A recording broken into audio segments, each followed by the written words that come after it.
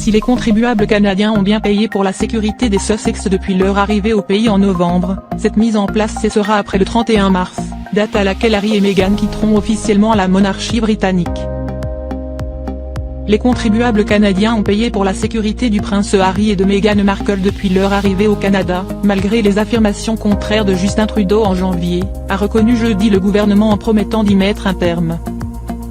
Arrivés en vacances au Canada en novembre 2019, les Sussex ont décidé en début d'année de s'installer dans une luxueuse villa sur la côte ouest du Canada avec leur fils Archie, 9 mois.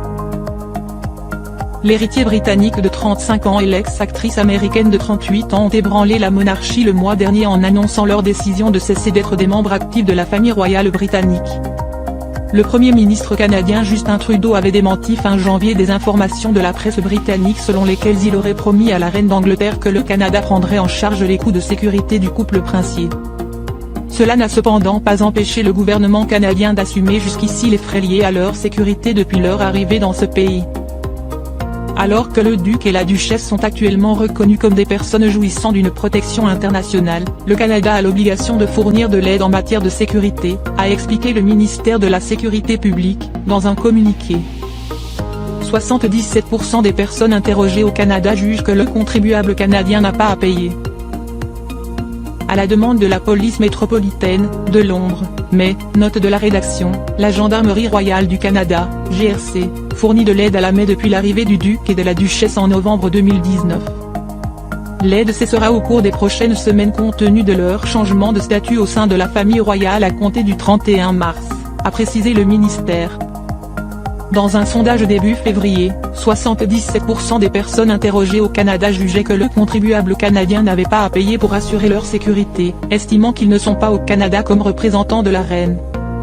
Harry et Meghan ont par ailleurs été contraints de cesser d'utiliser l'appellation Sussex Royal pour leur future marque, la reine Elisabeth II et ses conseils estimant qu'ils ne pouvaient pas déposer le terme royal alors qu'ils ont volontairement choisi de s'exiler et de se retirer de leur rôle de premier plan. Cette requête aurait été particulièrement mal vécue par Meghan Markle. Le prince Harry obligé de retourner au Royaume-Uni alors qu'il se prépare à quitter la famille royale. Difficile de revenir au pays lorsque l'on a tout abandonné derrière soi. Le prince Harry a été repéré hier à Édimbourg, en Écosse. Le petit-fils de la reine Elisabeth est venu assister à un sommet pour son initiative pour le tourisme durable, Travalist, qui a lieu aujourd'hui. Ce dernier est arrivé à la gare de Waverly dans un look très casual, simplement vêtu d'un jean et d'une casquette de baseball ainsi que d'un sac à dos vert à l'épaule. Le prince portait également à la main son costume emballé dans une housse de protection. Si l'option du train a été choisie, ce n'est pas par hasard. En effet, Travalist est une initiative mondiale qui enjoint les grands acteurs du secteur du voyage, tels que Booking.com ou TripAdvisor, à se développer de façon plus responsable et durable.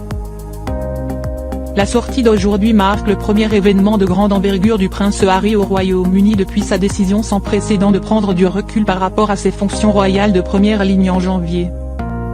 Depuis, celui-ci est parti s'installer sur l'île de Vancouver au Canada avec son épouse Meghan Markle et son fils Archie, âgé de 9 mois. Au programme de ce sommet à Édimbourg, Harry devrait collaborer avec plus d'une centaine de membres de l'industrie écossaise du tourisme et du voyage pour définir de nouvelles pratiques et la façon de les réaliser à l'avenir dans ce secteur. Difficile de dire complètement adieu au Royaume-Uni. Si Meghan ne sera pas de la partie aujourd'hui, l'ex-actrice et son époux ont plusieurs apparitions de prévues au Royaume-Uni. Ainsi, Harry fera équipe avec Jon Bon Jovi lors d'une séance d'enregistrement vendredi pour réenregistrer sa chanson Heartbroken avec la chorale Invictus Games Choir en soutien à la Harris Invictus Games Foundation. Le 5 mars prochain, le couple fera sa première apparition commune depuis leur annonce lors de la remise des prix du fonds Endeavour, suivie d'une participation au Mountbatten Music Festival au Royal Albert Hall le 7 mars. Entre ces deux jours, le prince Harry assistera à l'ouverture officielle de la Silverstone Experience, un nouveau musée immersif racontant l'histoire de la course automobile britannique. Meghan, 38 ans, sortira quant à elle en solo le 8 mars pour célébrer la Journée internationale de la femme. Bouquet final, Harry et Meghan retrouveront toute la famille royale le 9 mars pour la célébration annuelle du Commonwealth.